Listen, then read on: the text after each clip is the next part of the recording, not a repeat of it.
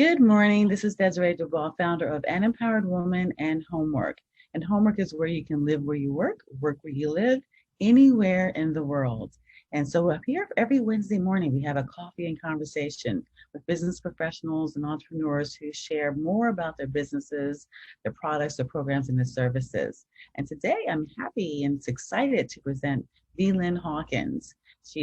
Works with business development. She's going to talk about how we can develop our business using crowdfunding. And crowdfunding has been around, for a while, but a lot of us have not known enough about it to be able to utilize it effectively to build our business. So good morning, Lynn. How are you doing today? Good morning. Thank you for inviting me. I'm doing fabulous, and I'm so excited to be here. I loved hearing who's here that was really interested in finding out more about crowdfunding. Isn't that wonderful when you're able to, when you you hear people are wanting to know more about it and you have that information to share. So I think it's really valuable. Yeah. So let's hear a little more about you. We've known each other for what, maybe 8-10 years? Maybe. Yeah. A while. I was still living in California when we first met. So it's longer than 9 years. So I would venture to say 10 years. Yeah. And so you've been in business. So tell us what you've been doing over these years and what led you to this crowdfunding. Well, an interesting story. I started out with a business interest as a teenager. And I watched my mom develop a nonprofit organization and helped her to write grants, and learned from her how to go to the main library and to the basement and find the gigantor books of funding data and bring that information back to her so that we could write grants for funding for her organization. And I'm not going to tell you how long ago that was, but it was in the 70s. And from there, I just had an interest in helping, especially the nonprofit organizations, to get funding for their businesses. And fast forward to just before 2010, I was working with a nonprofit organization when the news came out that crowdfunding for business was about to change, because I'd been introduced to it, but I also knew that if you weren't a big business, $1 million plus business, you could not get into this market. And the Obama Jobs Act changed everything for me and my business, because my focus at that point was business coaching, helping women entrepreneurs to develop and grow their businesses, and use some online strategies that were just coming out back then. Now I'm totally digital. I run a digital marketing firm, and a lot of that even came out of running crowdfunding campaigns. Fantastic. So do you want to explain or define what crowdfunding is for people that may be new to the concept? Absolutely. Crowdfunding as a definition is actually the utilization of the crowd to bring in that which you're seeking. A lot of us know crowdsourcing, which is going to the community or church or the like, where we can source either information or dollars. That's different than crowdfunding, only to the degree that crowdfunding is very purposeful to a design strategy. And in business, it means that if you have a job that you'd like to get, the annual salary for that paid for up front, or you have a project, something that's project-based. I worked with a lot of authors who have said, my publishing budget is this, I need this for that. Travel, I worked with a client at one point who did a book launch and a global book tour. And so for business, it really is mainly around the strategy that you design the funds to be used towards. Hope that explains it. Well, I know originally that, but started, it was exactly that. People that wanted to, a lot of people that had artists, like musicians, or that wanted to fund their first record, get their first record published, or someone with a book, or an artist. Then it would get into restaurants that needed the money to be able to set up a space. And then it kind of evolved from there. There's two, and there's a lot of big sites that some of the originals. Do you want to share what they are, just in case people have heard of them and not really know what, not made and actually connect the dots? First two actually launched about the same time, and it was practically right after the Jobs Act opened up, and they were Kickstarter and Indiegogo. Both have gone through many iterations, and Kickstarter has come back to say, our sweet spot is in doing projects that can fund 100% and get 100% of their money. If they can't raise 100% prior to their deadline, then they're responsible for refunding all of the donors' dollars. So they are an all or nothing platform, which they have always been. They tried to add another component, didn't quite work for them, so they went back to what did work, and they're doing great. They're still doing a lot of projects now. Indiegogo has morphed tremendously.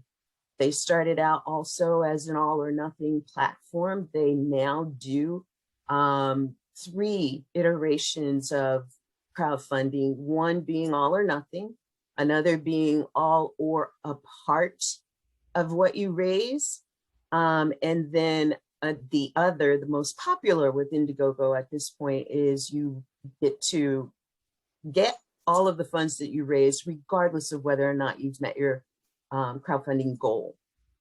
Another advantage that Indiegogo has brought into their platform is that they are connected with a huge backer community, and they actually will help market your project in that backer community, which is something that they had to grow to bring in.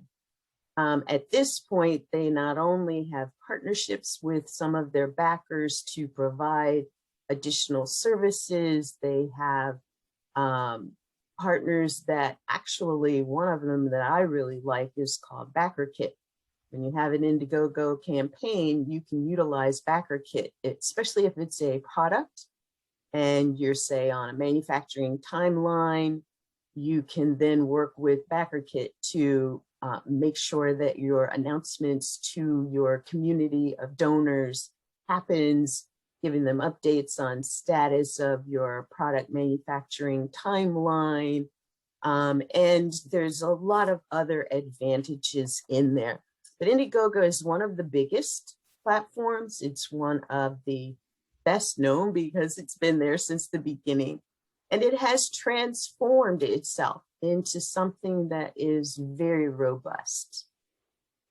So, and since then, though, there's been, I at least say, hundreds, if not thousands, of other platforms. And one of them is popular for GoFundMe, and some of them have different interests. Like GoFundMe, exactly. GoFundMe is more if you're someone's ill, trying to raise money for that, or someone has it's more of a personal as opposed to a business, of course. A lot of people use GoFundMe to cover funeral expenses, hospital expenses, even going to school, higher education, just undergrad education. But you're right, it is more of the personal strategy using GoFundMe. Another big one is Patreon. You mentioned about the artists. It's a huge platform for the artistic community in that it was one of the first, it's not that old, but it was one of the first that allowed you to do a monthly subscription to contribute on a monthly basis to those artists who you wanted to help support so that they could continue their artistic endeavors. And there are some big named artists, those who get commissioned to do multi-million-dollar projects, to smaller artists who do community work and just, sell their one-off pieces, but all original works. They're musicians, entertainers, especially comedians. There are a lot of comedians that are using that platform as well. Podcasters. I know there's a lot of podcasters Podcasters, and yeah. musicians as well. Yes, yes. So what are some of the other ones? I know there's a few that were women or female centric. Are they Yes, still around, and are you familiar with those? they are. And unfortunately, they have not grown as some of the others have, although they're getting a lot of great attention now. There's one that's Sisters Funding Sisters. There's another one that I like that I've actually used for a couple of my last campaigns called I Fund Women.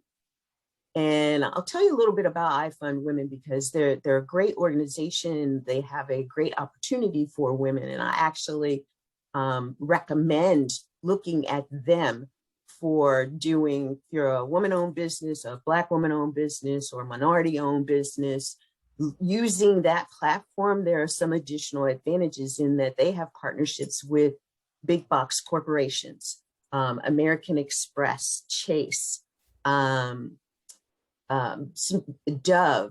Procter and Gamble. I mean, they have some really big connections that do grants through the I Fund Women platform. And those grants are anywhere from $1,000 to $25,000. They're given out at various times during the year.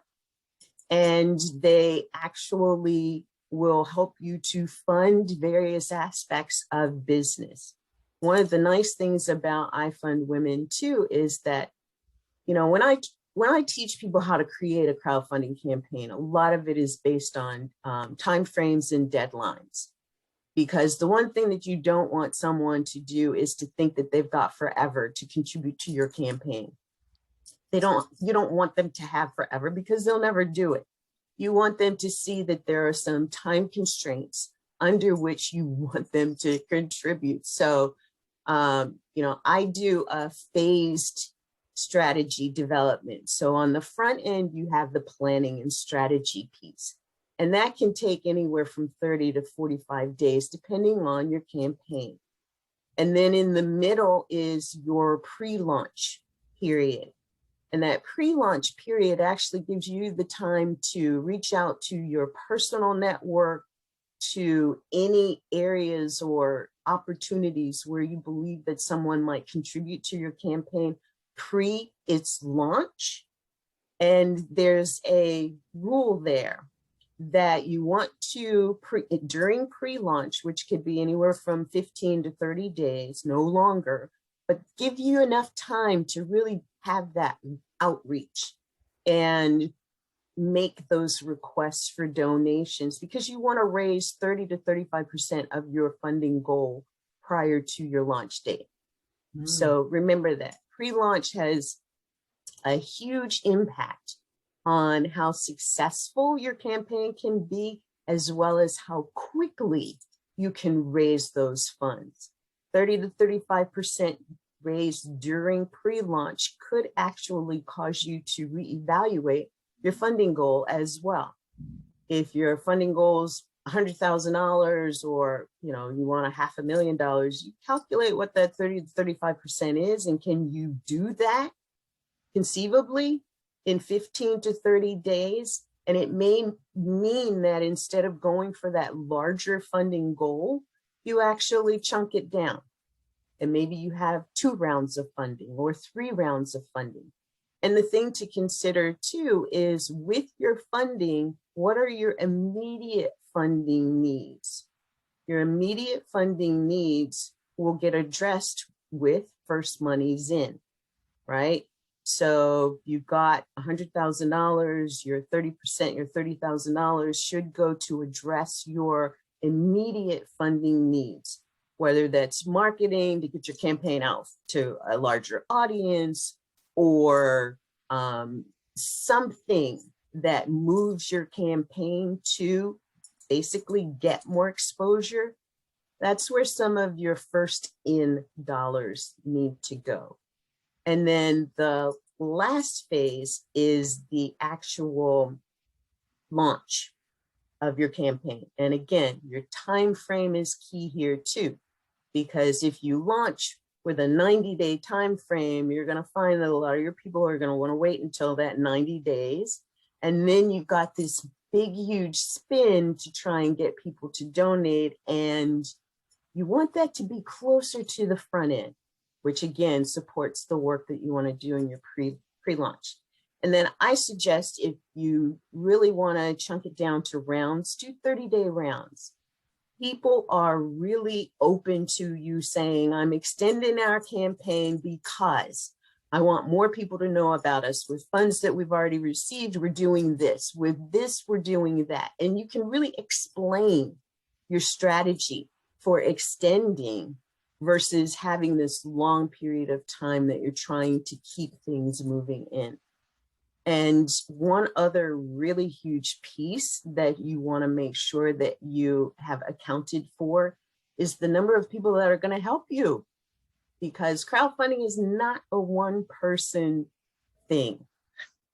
I can tell you honestly that I've worked with a number of people who have thought, oh, I can do this, oh, I can do this. I'm like, no. And you're trying to run a business or do what brings revenue into you, work a job or whatever that is. It takes a team. And I talk a lot about what makes crowdfunding work is what makes crowdfunding work is the WORX. And I call it, with others, results are exponential. And so your team should consist of you as like the project manager, the face of the campaign. People give to people that they can see, that they can hear, that they can feel their heart, that they know that they are somebody that they can get on board with, right? No, like, and trust factor, all there. And the other piece is that you want to be the front face of your campaign. You're running a crowdfunding campaign for anything, business development, even, you know, in a GoFundMe campaign, you've got to be up there. You want to be the face and the message that gets seen and heard. And with that, people will want to contribute. They will feel the passion and the purpose behind what it is that you're doing. And so your launch period, 30 days, means that your team is also there with you for that 30 days, and they're willing to make that journey, make that run, make that 30-day sprint. And you want someone who's going to focus on keeping social media going and engaged.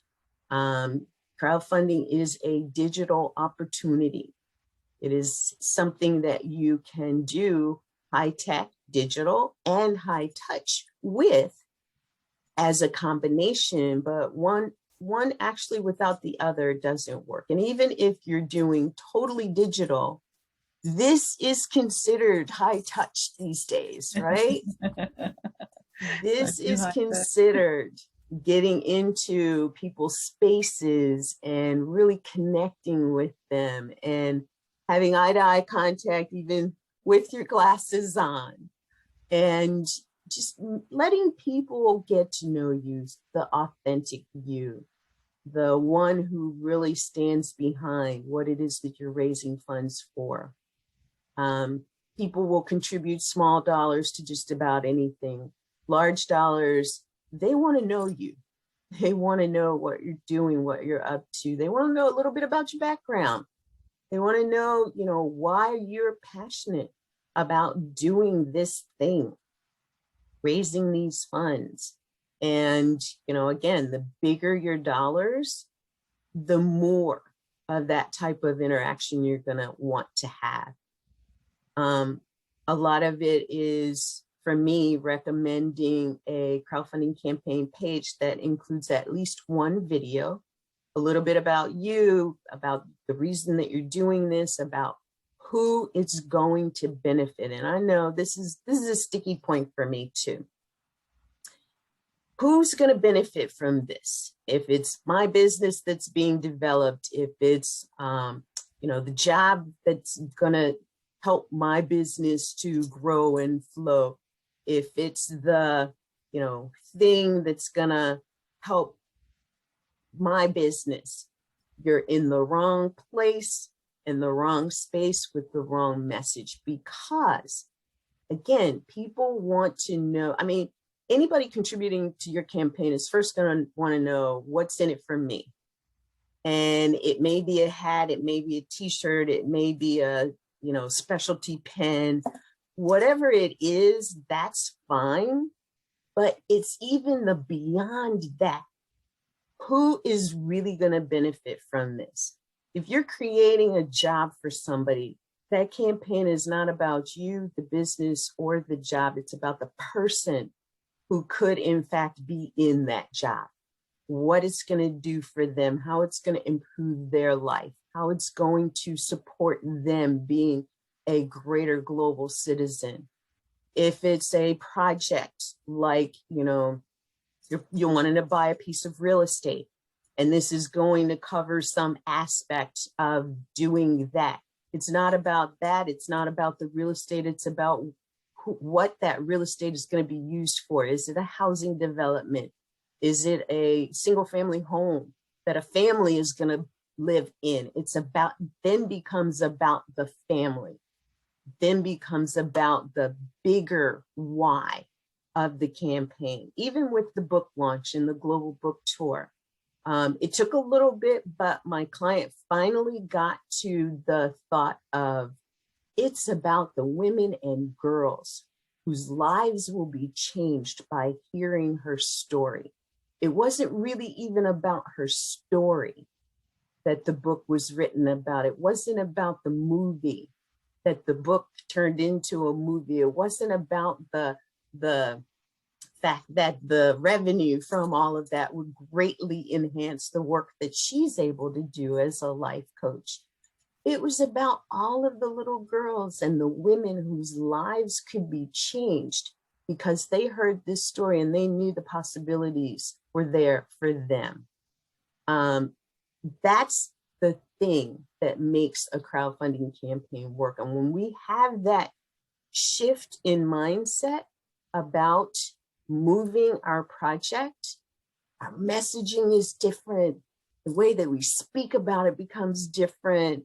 The way that people receive and resonate with that messaging becomes so much more powerful, and people give bigger dollars when you're doing that.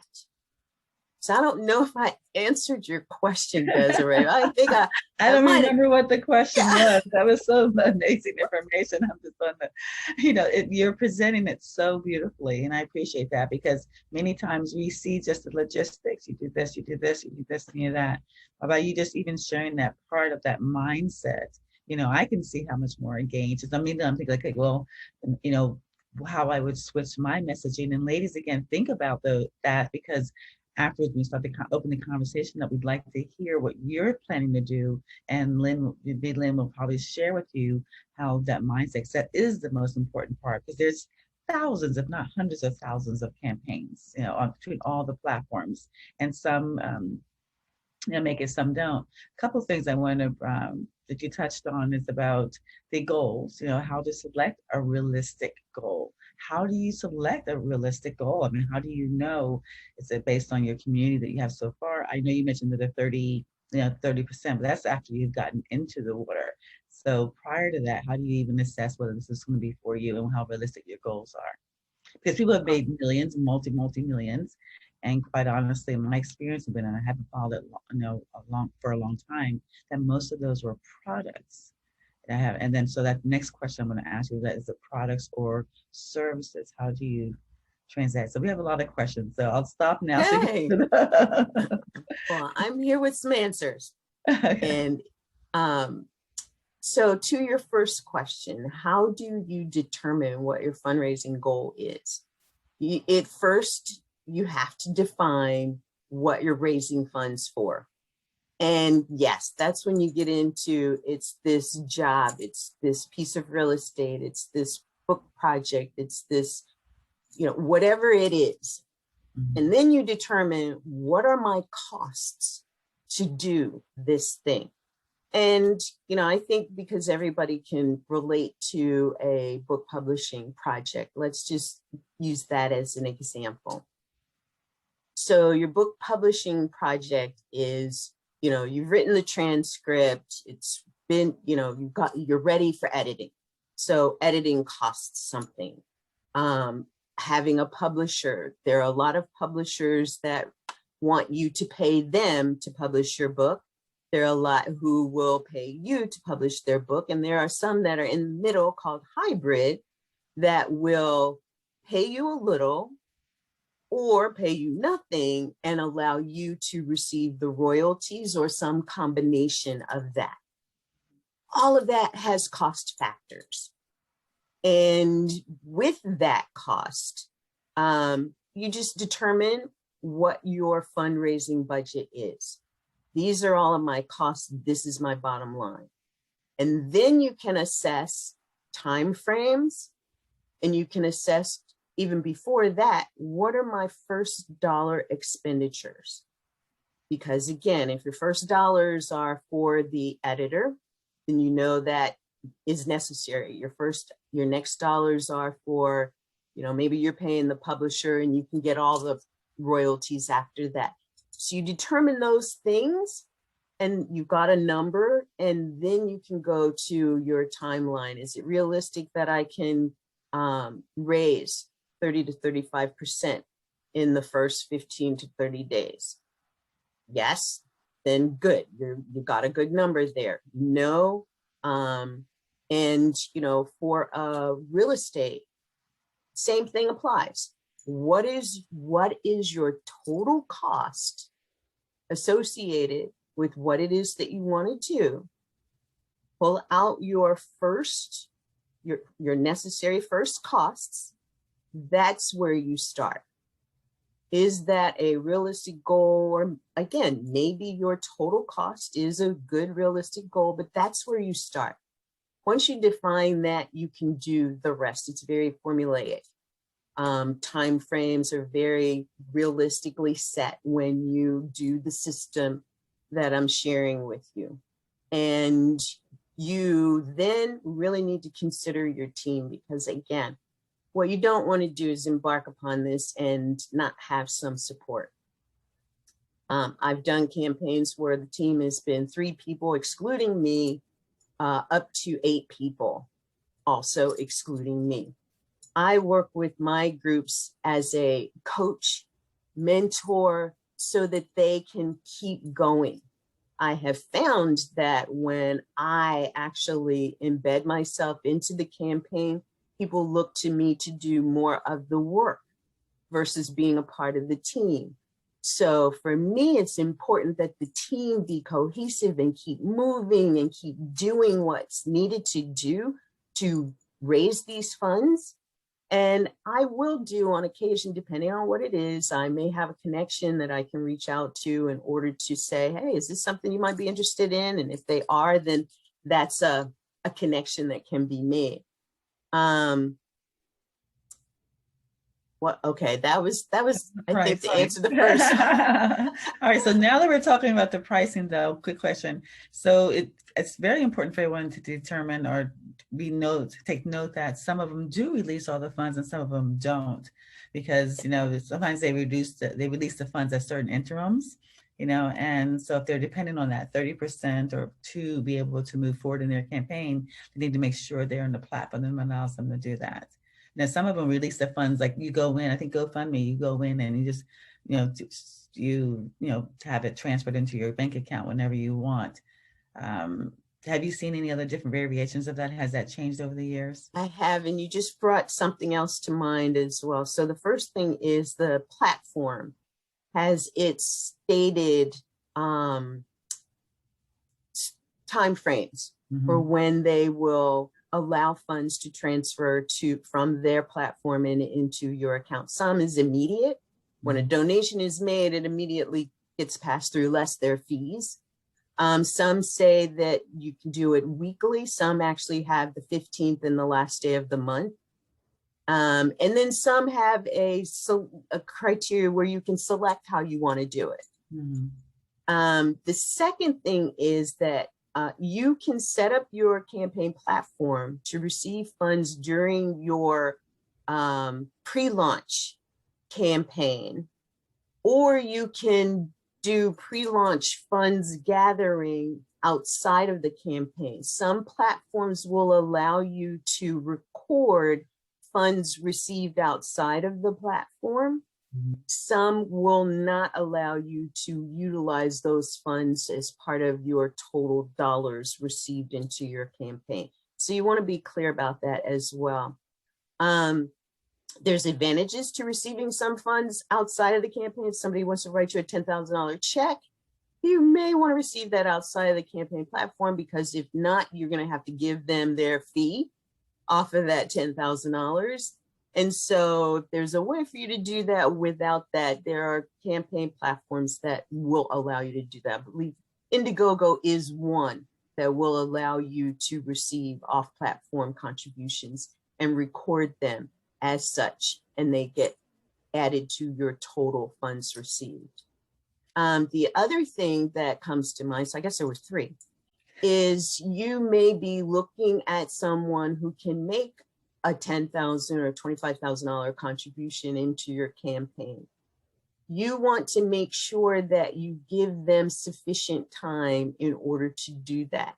I had a couple of campaigns that some $10,000 contributions were coming in from corporate that had to go through the corporate the accounting maze, and accounting issued checks on the 15th and the last day of the month. And so I had to account for those funds coming in at that point in time versus, and where was I in pre-launch, or where was I in launch? Were those funds going to come in prior to the campaign end? Did I need to extend? So you want to have all of that in the back of your mind as well.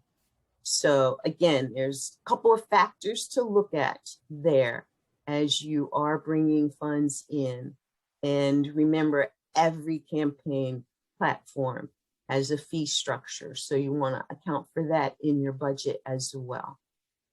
So there's two questions that come to mind. One will be what the fee structure varies, but the second one is being able to emphasize why getting those outside funds recorded. The value of that is that, say, for example, you have a $100,000 goal, and you are at $20,000, being able to record that additional $10,000 now brings you to $30,000. The more people see that you're raising your funds, the more apt they will put money into the pot. Unfortunately, some people will look and they say, oh, they want $100,000, they only at $4,000. It'll never happen. I'm not going to do anything. As opposed to saying, let me just put mine in and help her get closer and closer and closer. So you do want all of your outside funds and donations to be recorded towards your goal. For that reason, it's great if it even supersedes your goal. And we're going to even talk about that. What happens when you go over your goal, the different options that the options that are available at that point. So the fee structures, they do vary. Do you want to share some information about that? Yes, so your fee structures typically come in two parts of the fee. The first part is that the platform has a fee, typically anywhere from 3 or 4% up to maybe even 6 or 7%. So you want to make sure you take a look at that. And then there may be a fee to transfer funds from the platform into your bank account, which, if you're using Stripe or PayPal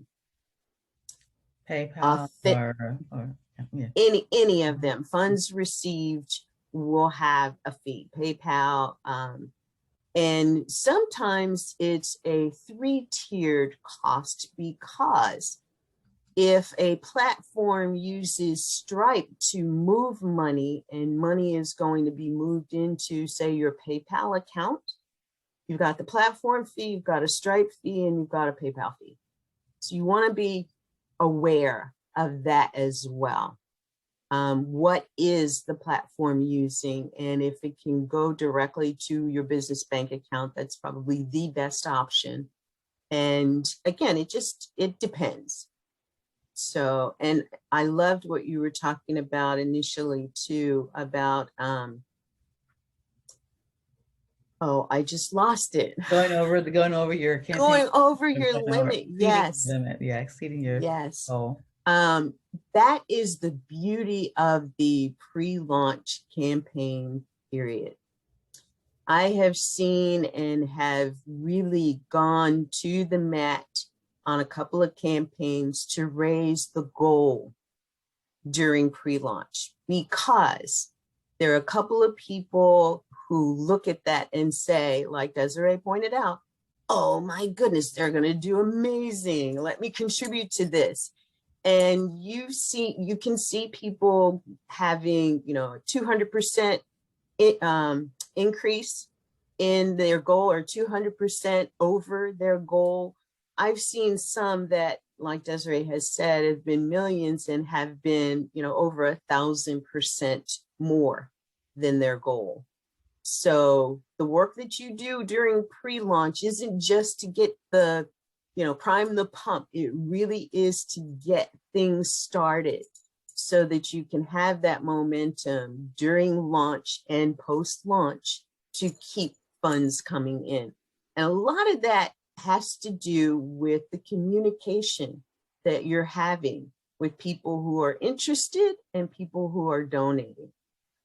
So you want to make sure that your communications are consistent, they're engaging, and they're shareable.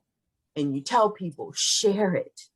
Because a lot of times, you know, calls to action, I think we've kind of gotten numb to the value of a good call to action. And calls to action are part of what really help to keep a crowdfunding campaign spinning so that it keeps moving and growing.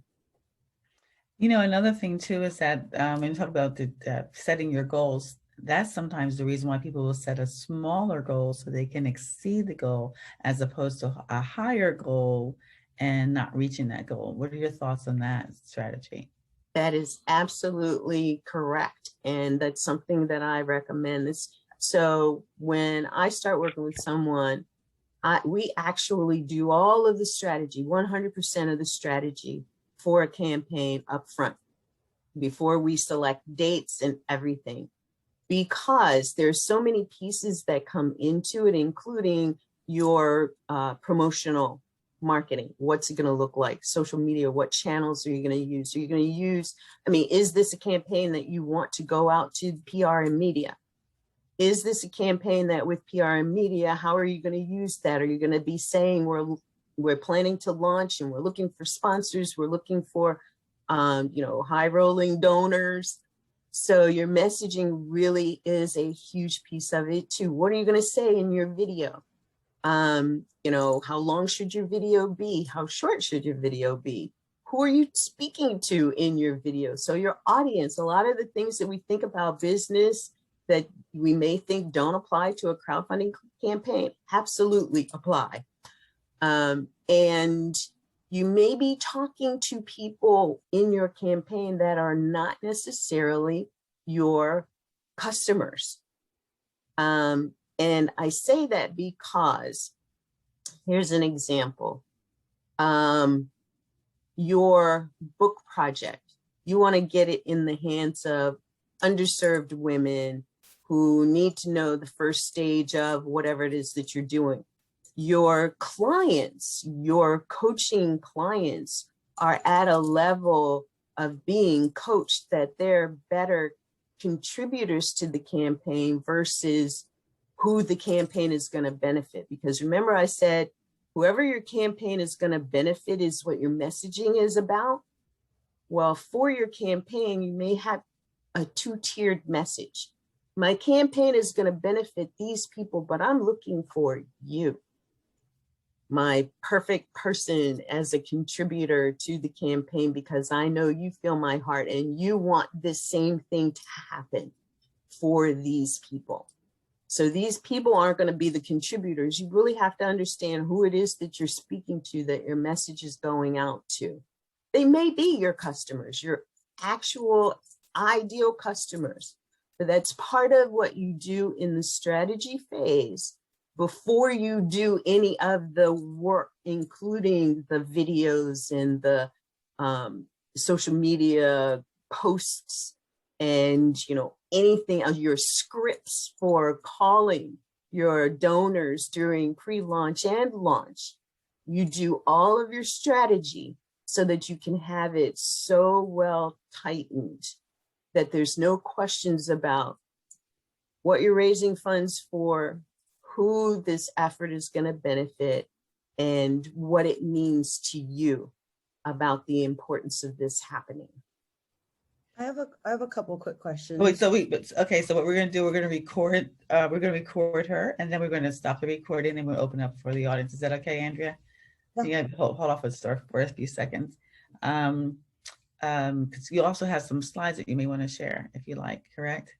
If you like, or we're covering all of it. I think we are covering it all. Okay. I'm so good. All right, so a couple more questions. One of it, you mentioned the team. All right, so emphasize that because you talked about the social media, but there's also other hands-on you're going to need for that dedicated time. I mean, like morning, noon, and night. The successful campaigns that I know of, they've literally at 6 o'clock in the morning, they've got 3, 4, whatever people that are on it through the social media, but through PR, through calls, through whatever. So it's a grueling intensive. It can be a grueling intensive project. It's not something you're going to do in addition to doing this, this, and this. What are your thoughts about that? And then who else on the team should they have available to push this through successfully? It's a wonderful question.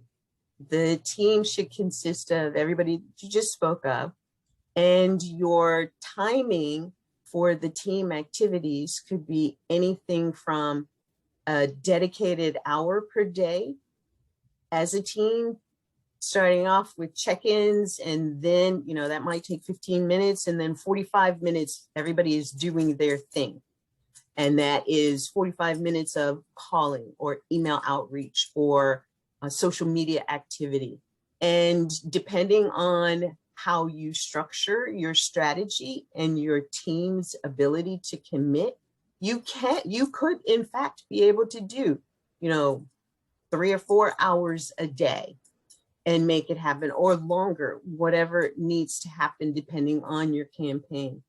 I typically, because campaigns can run 30 to 45 days and your team members have other things to do, unless they're employees of yours, you want to take that into consideration.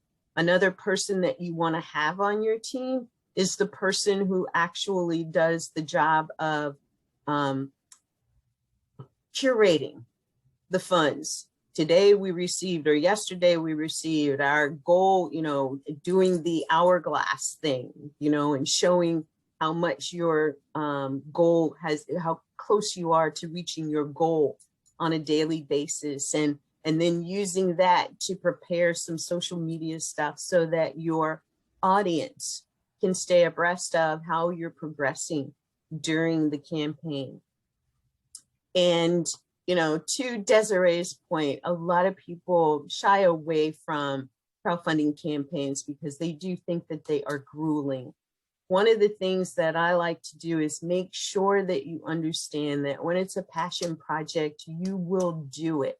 And if you can add something in there that makes it fun, what is that? Well, reminding people that the end is in sight. It's like being pregnant. I think everybody here can understand the analogy of being pregnant. When you first get started, you're so excited, and then you got all of this going on. You're preparing for that. And then, month 4 comes along and you're like, oh my, I feel like such a huge piece of blubber. And then it's like, but I still love this little thing that's growing inside of me. And then you get to month 8 and you're like, oh my goodness, I am so glad that it's almost here. You're talking 9 months, and then, you get to the 9 months and this new little life says, okay, I'm ready to come. And they're like, it hurts, right? Mm-hmm. But it's also the kind of hurt that love transforms. And after it's all said and done, it's like, I don't even remember the pain. I remember what I went through, but I don't remember the pain because the goal was accomplished. Now, unless you've got a campaign that you can work with a smaller team and extend for a longer period of time, you want people to commit to you for that birthing process in a shorter period of time. And that's your 15 to 30 days in pre-launch, your 30 to 45 days, no longer than 45 days in your campaign, your launch into the campaign, making that right there a 60-day time frame. And you have people commit for that kind of time without burning out or blowing up and saying, I'm done, I can't do this anymore. I've got this and this and this I've got to do, you know, unless they're employees. Again, you may have an employee base that you can put people on this and they can make that happen for you. Okay. That answer that? Yes, it does. So a couple more questions come to mind. There's a thought that, perks. The perks, you know, what kind of perks are really, if you, I know if you have a product or a restaurant, things of that type, you can also extend products, you know, as perks or meals and things of that type. What are some of the other perks that you found that have been really valuable? And then we're going to talk about the perk campaign, but there's also equity campaigns now. I was just going to say, I want to start with that because I think it sets the groundwork or the grounding understanding that there are different types of campaigns. There's actually 3 types of campaigns. One is a donor only campaign. And that is, you know, you're just like, do you remember the Alzheimer's campaign, the Ice Bucket Challenge? Yes. Mm-hmm. That was a crowdfunding campaign. And you put the bucket of ice over your head and you're like, I donated my, and they had a minimum, $75, and I'm passing it on. And so, your tag, you're next. That went viral. When they started that, they did not understand the potential of a campaign like that. And it went viral. They raised, I think it was something like 2,000% more than their goal. And it ended up being millions for them because of that. That was somebody's brilliant idea.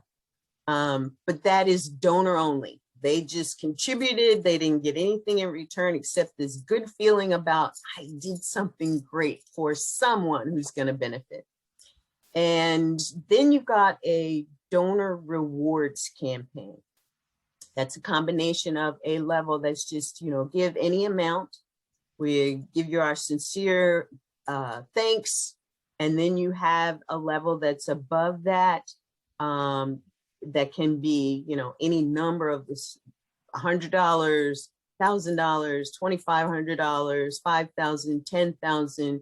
You know, you design that based on the kind of rewards that you want to give to people. And again, it can be a hat, t-shirt, a hat and t-shirt combination at $100, or it can be, you know, a digital course worth $5,000 at the $2,500 level. It can be, you know, anything that does not require that donation to be tagged to or impede upon your business. Okay, does that make sense? It's everything outside of whatever it is that your business is. And then there's equity crowdfunding. And this is the level of crowdfunding that was only available prior to the Obama Jobs Act. And it has morphed into different levels of contribution because of the equity side of things. So there are equity campaigns that are of a low enough dollar amount that SEC filings do not have to be a part of it. And I think that number is $100,000, $150,000, something like that. Excuse me. And then you get up into equity crowdfunding that requires legal intervention, meaning there's legal documents, there's SEC filings, there's agreements. Not that the lower level doesn't require the legal agreements, but the higher level because of the investment amounts. And they typically start with minimum investment amounts of like $50,000. Equity investment amounts can be as little as 5,000, 10,000. But when you get into the larger dollar goals, that's when you get into, is this something that SEC documentation is required for? And so equity crowdfunding is really a viable opportunity for $100,000 or more. The shares of equity in your company can be designated as transferable, and transferable in terms of going from a share at this level to becoming a share at another level when the campaign is complete.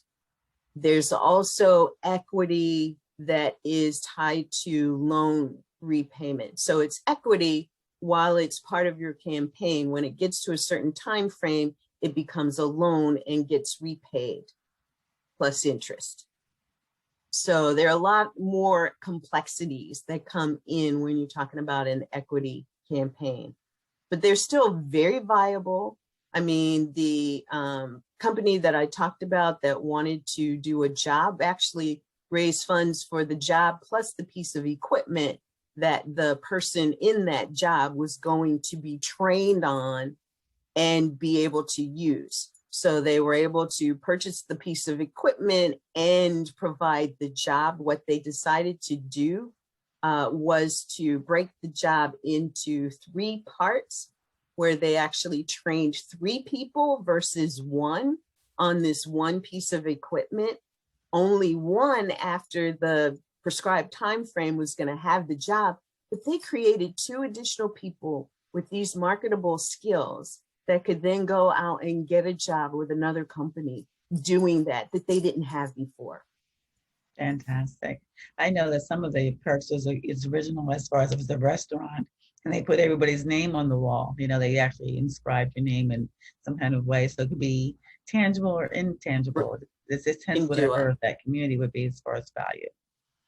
You can do a brick in a wall. Exactly. You can do a brick in a piece of pavement in the flooring. You can do, again, tangible and intangible, digital and time-based. Suppose you know somebody that's going to be having a retreat and it's tied to what it is that you're doing. They've donated a spot at the retreat that is a $10,000 value, and you're going to pay them out of campaign funds $2,500 for that. That's part of what goes on your expense budget, but that's also, you know, because these other perks that we're talking about, they have costs.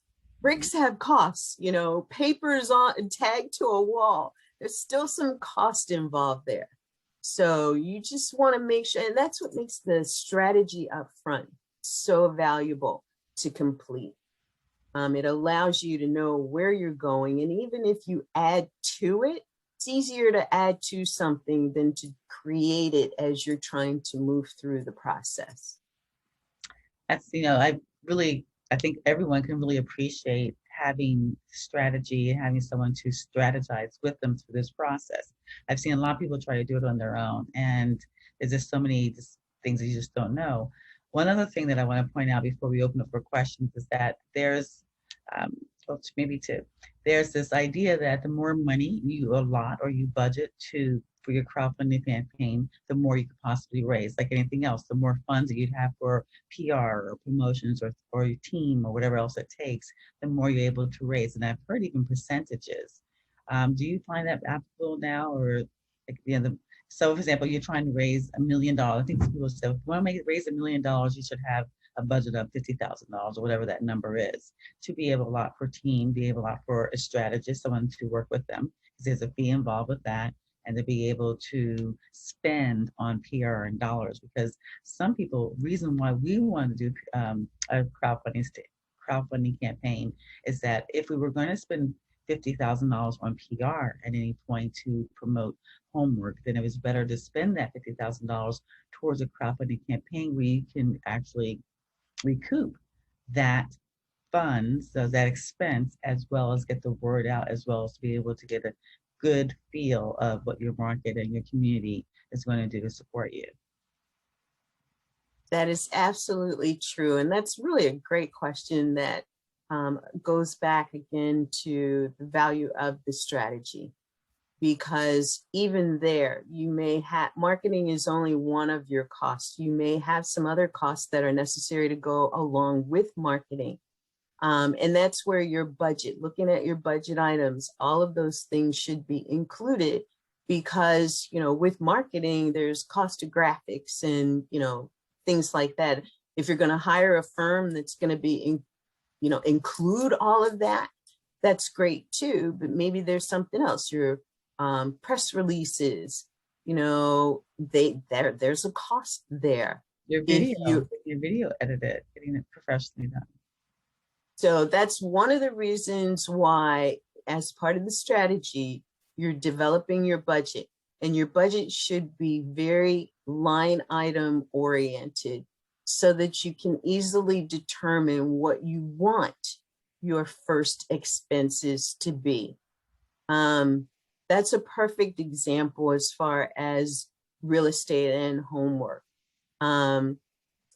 Looking at that, you want to look at, you know, your marketing costs will also incorporate national news publications. Like, does it make sense to advertise in AARP or, you know, Spirit and Life magazine, or, you know, where you know that they have the viewership and they're digital as well as on news racks, that people don't have to necessarily go into the store or the restaurant to pull a copy. They can get one on their daily walk, you know, through the neighborhood.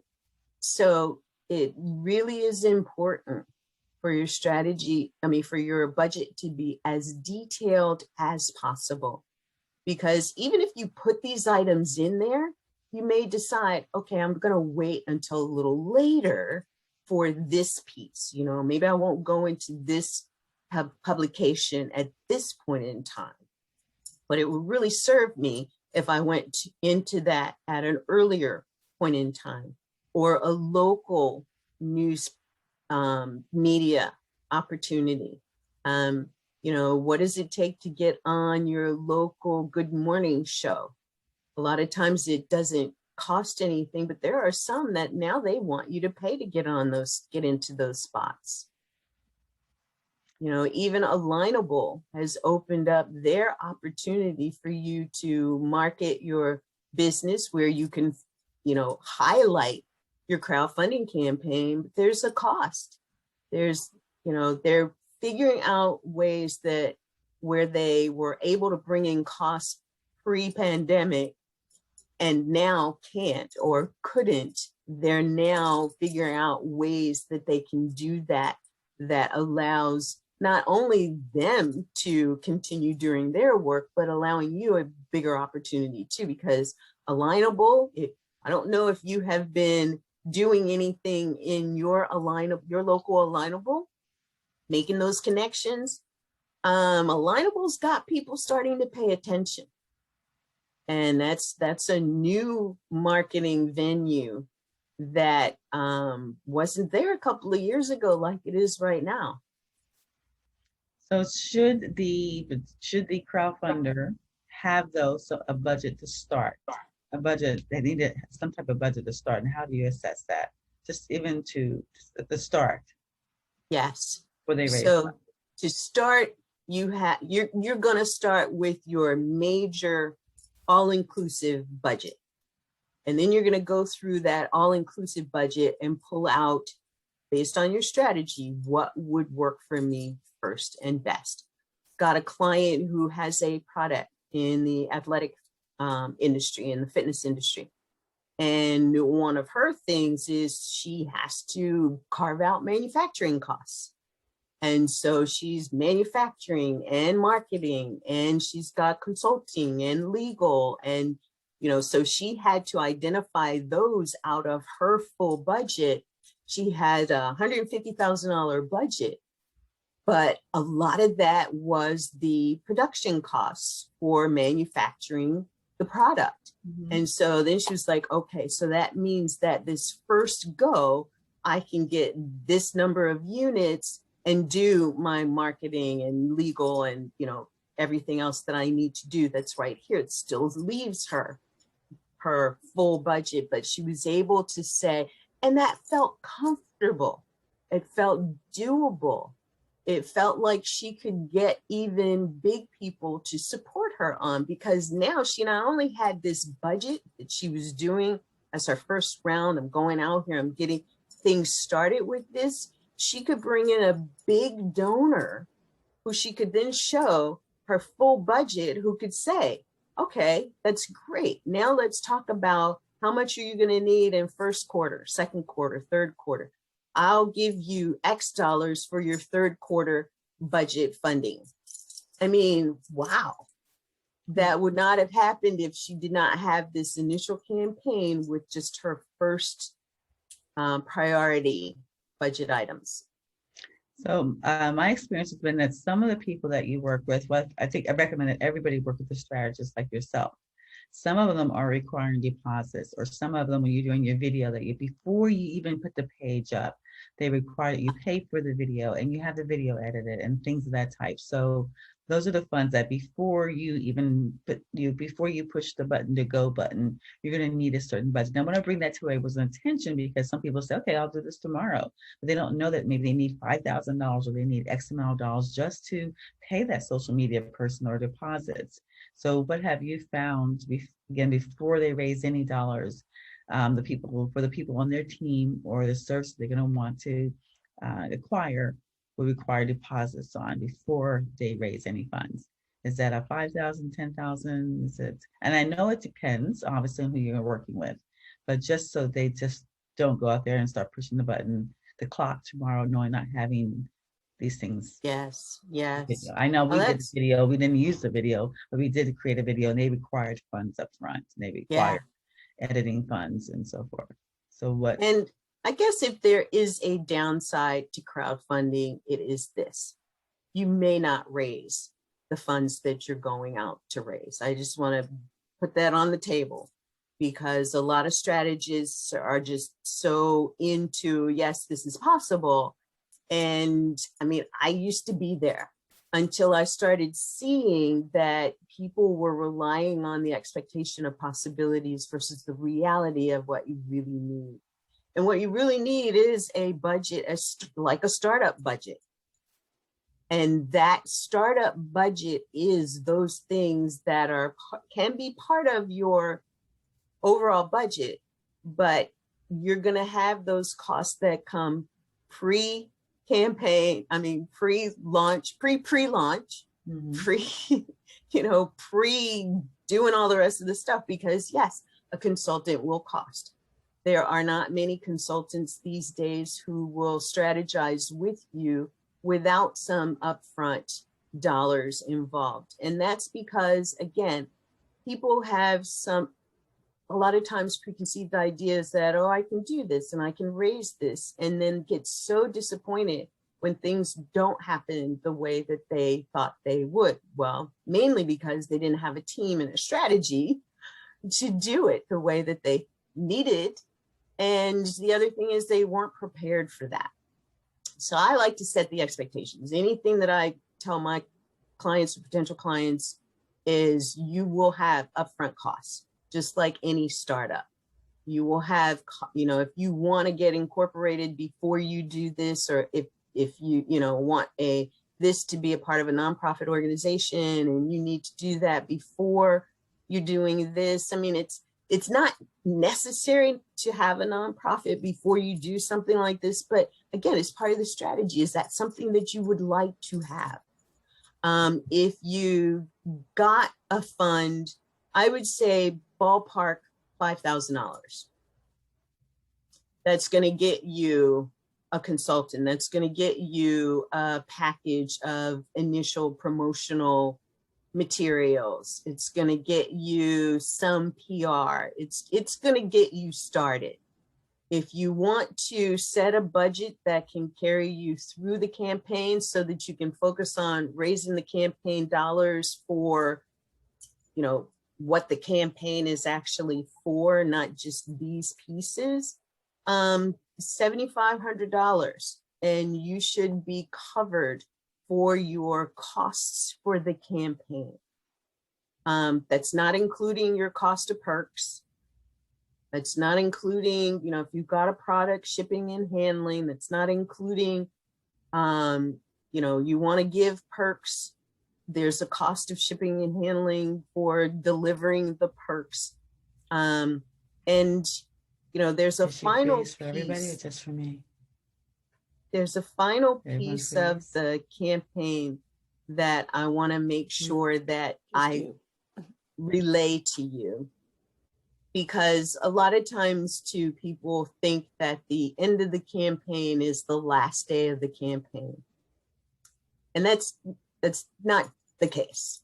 Your campaign will continue as long as you have to fulfill any perks or rewards that you've made, any sponsor commitments, you know, until that last brick is laid from the funds that you raised. If that's your thing, your campaign is not complete until it is complete. So I call that the fulfillment, the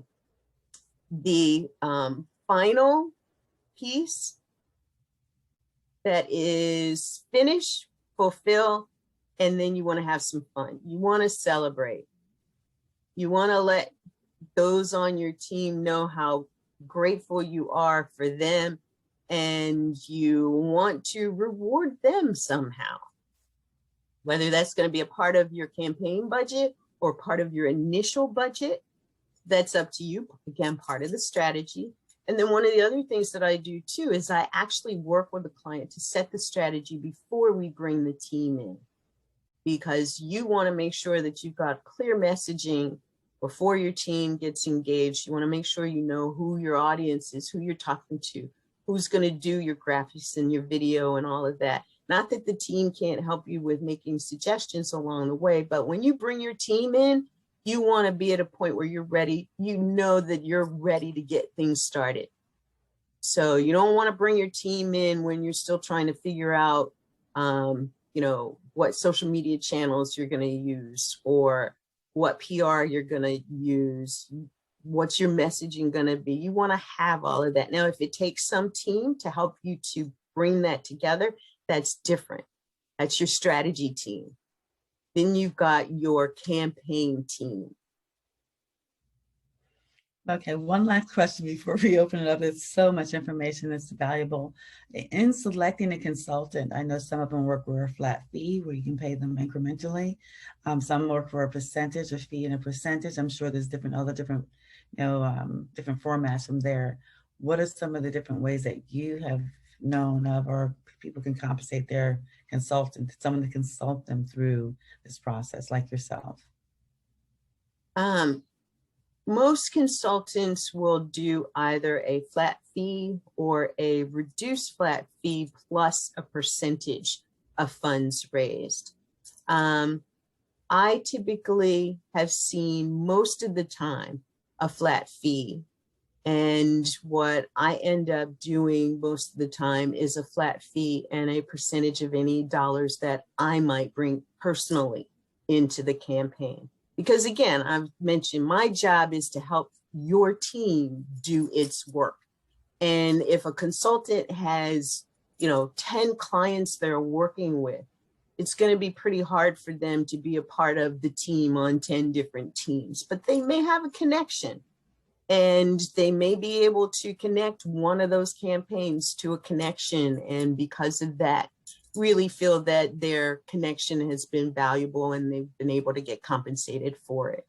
But I actually have worked with a couple of consultants who just say flat fee, I'm not connecting you with anyone, I'll help your team because that's what I'm here for. But, and I work with campaigns that I really, get myself vested in the way of, heart connection and just my desire to want them to succeed at their best. And I don't take every campaign that someone comes to me and asks for help on. So what should that fee look like? I know it ranges, but what should be the least expensive that somebody should, wanting to put their budget together, should expect? And I know that, again, the upside is this, and probably indefinitely. What's the base? So they just probably wondering, what's the average fee look like? So the average fee is probably going to be $2,500. Okay, for the full campaign. To help strategize and build the campaign. And then a lot of consultants will help strategize and build the campaign and then help you bring your team together, and then you're on your own. When you get into dollars that are more than that, it's the consultant who will help you manage your team, help you to advise, because your team is going to come up with, I had this call and so said this, and I wasn't sure how to respond. How can we do that? Is there something else we can do here? Your campaign consultant should be able to advise you on some methodologies that could work to, bring some win-wins in. Fantastic. Okay, that has been so amazing. Thank you so much. I'm going to thank you. I'm going to stop the recording, and then I'm going to open up to our community. So thank you so much. You're so welcome.